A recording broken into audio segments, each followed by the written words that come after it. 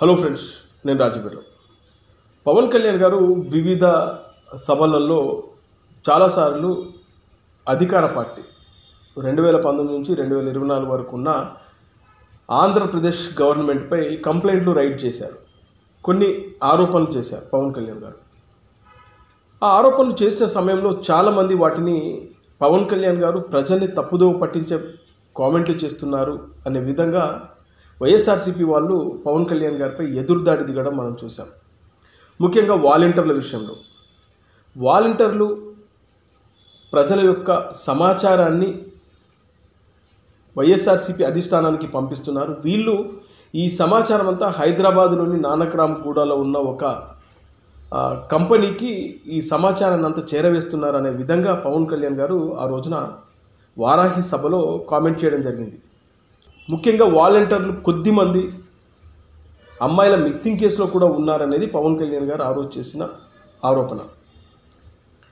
ఇదే సందర్భంలో పవన్ కళ్యాణ్ గారు ఆంధ్రప్రదేశ్లో పెద్ద ఎత్తున హ్యూమన్ ట్రాఫికింగ్ జరుగుతుంది, చాలామంది అమ్మాయిల్ని వివిధ రాష్ట్రాలకు వివిధ దేశాలకు కొద్దిమంది తరలిస్తున్నారు, ఇదే విషయం నాకు కేంద్రంలో ఉన్న ఒక పెద్ద నాయకుడి ద్వారా తెలిసింది, అలాగే ఇంటెలిజెన్స్ రిపోర్ట్స్ కూడా వచ్చాయి అనే విషయాన్ని పవన్ కళ్యాణ్ గారు చెప్పడం జరిగింది. ఆ వెంటనే వైఎస్ఆర్సీపీలో ఉన్నటువంటి నోరు పారేసుకునే మంత్రులు, ఎమ్మెల్యేలు ప్రెస్ మీట్లు పెట్టి పవన్ కళ్యాణ్ గారిపైన ఎదురుదాడికి దిగారు. పవన్ కళ్యాణ్ ప్రజల్ని తప్పుదో పట్టిస్తున్నాడు, కావాలని వైఎస్ఆర్సీపీ గవర్నమెంట్ పైన ఒక బురదజల్లే కార్యక్రమాన్ని పవన్ కళ్యాణ్ చేస్తున్నాడనే విధంగా ఆ రోజున పేర్ని నాని, గుడివాడ అమర్నాథ్, అంబటి రాంబాబు ఇలా నోరు పారేసుకునే మంత్రులు, ఎమ్మెల్యేలు, వాళ్ళ వైఎస్ఆర్సీపీ చోటామోటా నాయకుల నుంచి సోషల్ మీడియాలో కూడా పవన్ కళ్యాణ్ గారిని ఇష్టానుసారంగా ఆ రోజు తిట్టారు. కానీ ఈరోజు పవన్ కళ్యాణ్ గారు చెప్పిందే నిజం, ఆయనకు వచ్చిన రిపోర్ట్స్ కరెక్టే, ఆయనకు కేంద్రం నుంచి చాలా పెద్ద వ్యక్తులు చెప్పారన్నారు కదా, అది నిజమే అనే విధంగా ఇవాళ వార్తలు బయటకు వస్తూ ఉంటే నిజంగా చాలామంది నోర్లు వెళ్ళబెట్టి చూస్తున్నారు. అసలు ఏం జరిగింది ఆంధ్రప్రదేశ్లో, ఇంతమంది అమ్మాయిలు ఎలా మిస్ అయ్యారు? ఇప్పుడు అదే విషయం ఒకటి బయటకు వచ్చింది. ఒక నలుగురు తెలుగు వాళ్ళు ఒక 11 మంది అమ్మాయిలను నిర్బంధించారు ఒక ఇంట్లో.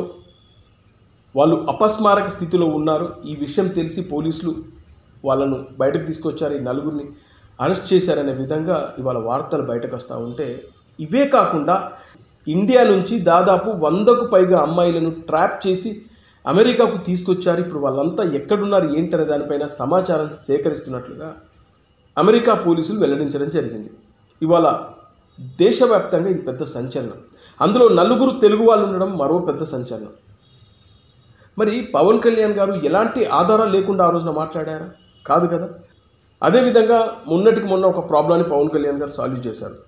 మీ అందరికీ తెలుసు, పవన్ కళ్యాణ్ గారి దగ్గరికి వచ్చి ఒక తల్లి తన ఆవేదన చెప్పుకుంది, మా అమ్మాయి మిస్ అయింది దాదాపు 9 నెలల నుంచి, ఎక్కడుందో ఏంటో తెలియదు అంటే పవన్ కళ్యాణ్ గారు వెంటనే పోలీస్ బృందాలతో మాట్లాడి ట్రాక్ చేసి ఆ అమ్మాయి జమ్మూ కాశ్మీర్లో ఉన్నట్లుగా తెలిసి అక్కడికి ఆంధ్రప్రదేశ్ పోలీసులు వెళ్ళి ఆ అమ్మాయిని అలాగే అబ్బాయిని తీసుకొని ఇక్కడికి రావడం జరిగింది. ఇది మరి ఇంత జరుగుతున్నా అప్పుడు వైఎస్ఆర్సీపీ పార్టీకి సంబంధించిన అధిష్టానం, అప్పటి ముఖ్యమంత్రి పట్టించుకున్న పాపాన పోలేదు. పైగా పవన్ కళ్యాణ్ గారు లాంటి వ్యక్తులపైన ఇష్టానుసారంగా చిల్లర మాటలు నోటికొచ్చినట్లు ప్రెస్ మీట్లు పెట్టి మాట్లాడడం. నిజంగా చూస్తే పవన్ కళ్యాణ్ గారు ఇలాంటి విషయాలు చాలా సందర్భాల్లో చెప్పారు. ఆంధ్రప్రదేశ్లో డ్రగ్స్ మాఫియా రాజ్యమేలుతుంది, గంజాయిని విచ్చలవిడిగా సాగు చేస్తూ ఉన్నారు. విశాఖ చుట్టుపక్కల, అరకు చుట్టుపక్కల ప్రాంతాల్లో అయితే గంజాయి పింటల కొద్ది దొరుకుతూ ఉన్నాయి. దీని వెనకాల వైఎస్ఆర్సీపీ హస్తం ఉంది అని చెప్పి పవన్ కళ్యాణ్ గారు ఆ రోజున చెప్తే అందరూ దీన్ని ఒక కామెడీగా తీసుకున్నారు. పవన్ కళ్యాణ్ గారికి జ్ఞానం లేకుండా మాట్లాడుతున్నాడు, పవన్ కళ్యాణ్ ప్రజలను తప్పుదో పట్టిస్తున్నారు అన్నారు. మరి ఇవాళ ఏమైంది? ఇవన్నీ నిజాలుగా బయటకు వస్తూ ఉన్నాయి. అది అంటే పవన్ కళ్యాణ్ గారు ఏదో జనాల్ని తప్పుదో పట్టించే ఉద్దేశంతో మాట్లాడేటి కావు.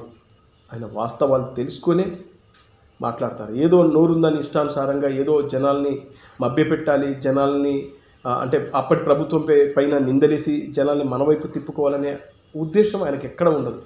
ఆయన క్లియర్గా సమాచారం సేకరించిన తర్వాతే, ఆయనకు సమాచారం వచ్చిన తర్వాతే ఆయన వారాహి సభల్లో ఇలాంటి విషయాలు మనకు బయటకు చెప్పడం జరిగింది. ఇవాళ అవే వాస్తవాలుగా బయటకు వస్తూ ఉంటే నిజంగా ఇంకా ఎలాంటి విషయాలు మనం వినాలో రానున్న రోజుల్లో చూడాలి మరి.